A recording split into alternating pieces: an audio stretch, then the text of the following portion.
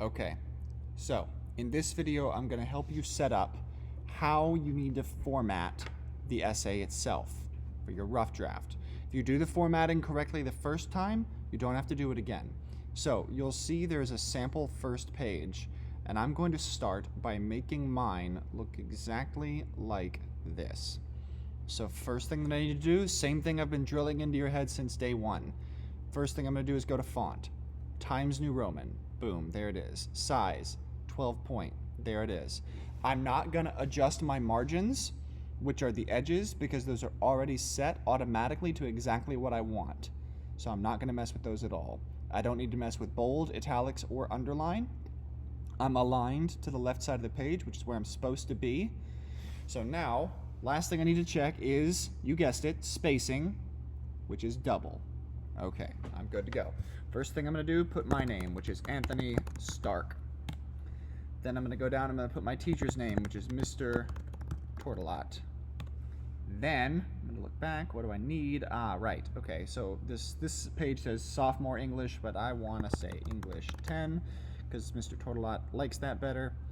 Then I'm going to go down, and I'm going to put today's date, and it should look like day, month, year, no commas.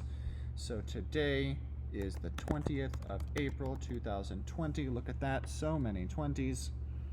Then I go down one more. Now it's time for my title. Now I can always change my title later, but I'm going to center align. I'm going to title it School Uniforms. What else? I don't know. Let me sit here and think about it. School uniforms, school uniforms. Well, I know in my claim that I support school uniforms, and I'm going to have evidence that's going to support my claim. So what would I want to use? School uniforms. Well, maybe I'll try school uniforms. Unpopular, but effective. In that title, I acknowledge the fact that my opponents are going to point out that school uniforms aren't popular, but I'm already making my point, which is that they're effective. Okay, all right, cool, clever me. I don't know if I'm going to keep that, but it's a good working title for now. So I'm center aligned. I don't want to stay center aligned. I'm going to go back up. I'm going to go to the left. Boom, there it is. I'm going to press tab to indent, and I'm going to start writing. I need to start my introductory paragraph. Any good introductory paragraph starts with a hook, a big, broad statement that really grabs my reader by the belt buckle and makes them pay attention. What if I do this? There is almost no student on earth who would want to wear a school uniform. That's a good, strong statement. Now wait, hang on, Mr. Tourtellotte. Didn't you say that, you're going to support school uniforms? Yes, I am. But just because I am going to be pointing that out in my thesis and supporting it throughout the essay doesn't mean that I can't start strong with a counter argument or even just an observation. However, more and more schools are finding that adopting school uniforms can actually be extremely helpful to their students. Just to their students. Boom, period. Okay, 2 sentences down.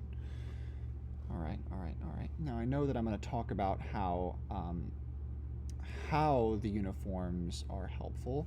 So if I go back to Schoology and I go into the folder and I click on the introductory paragraph writing instructions, I've written 2 sentences, but now I feel stuck. Oh my God, what do I do? Oh look, Mr. Tourtellotte put in some recommendations. Sentence 1, the hook that grabs your audience's attention. Sentence 2 explains the topic you're going to be talking about. That's what I did.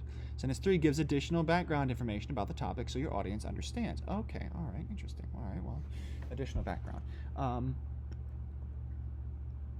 Furthermore, students wearing uniforms are more likely to be able to feel a sense of school pride. Not pridge.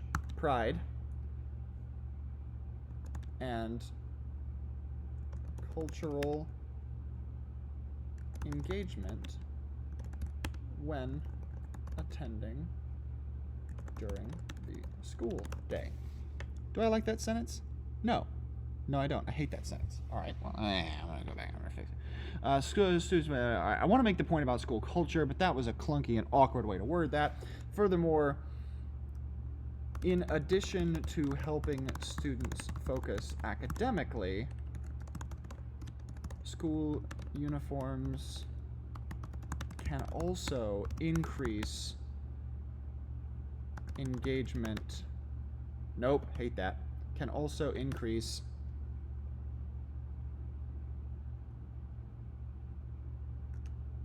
student participation and a sense of community at school. Ah, okay. All right, good. There's a sentence that I like. I don't like the fact that I use school twice in one sentence, so I'm going to erase that first school. I don't like that. It's clunky. All right, cool. Now, that's 3 sentences down. I need 2 more. Sentence 4 either provides a little bit more background or connects the hook to my topic. I don't know. I feel like I've already set it up pretty well, but I could probably add 1 more sentence before I make my final claim, because my thesis statement needs to be the last sentence in my paragraph. So I'm going to say, finally, however, while school uniforms might not be a popular idea among students, there is significant information to support that students who do wear uniforms find them to be an advantage. Okay, that's a good strong 4th sentence. School uniforms are an effective way. Nah, not effective. School uniforms are a helpful, I can't type today, a helpful, nope, that's weak.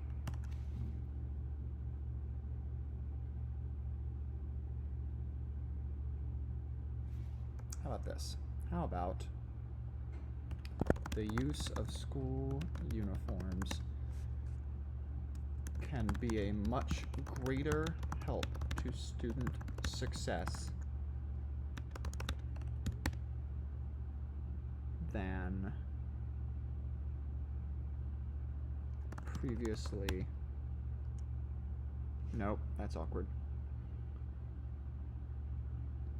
All of this is awkward. How about this? School uniforms have been shown to be a helpful, nope, still weak, hate that.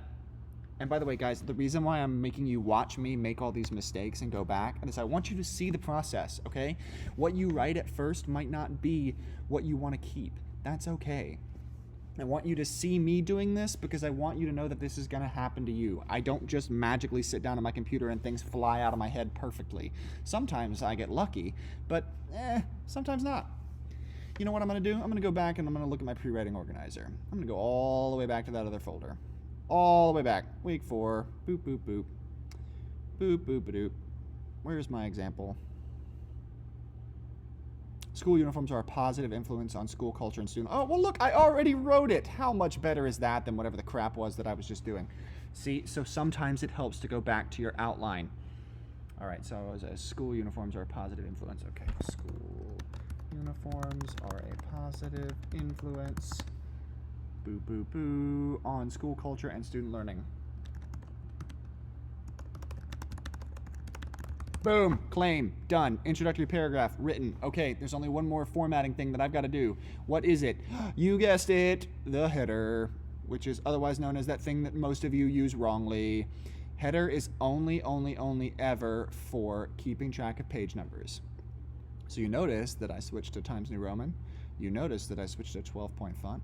Now you're going to notice me go all the way to the right, and I'm going to say Stark 1. It's not an Audi. It's what's going on right there. And now, when I get all the way to another page, it's going to say Stark 2 at the top, so I can keep track of my page numbers because I'm fancy like that. Okay, cool? Questions so far? No? Good. Watch the video.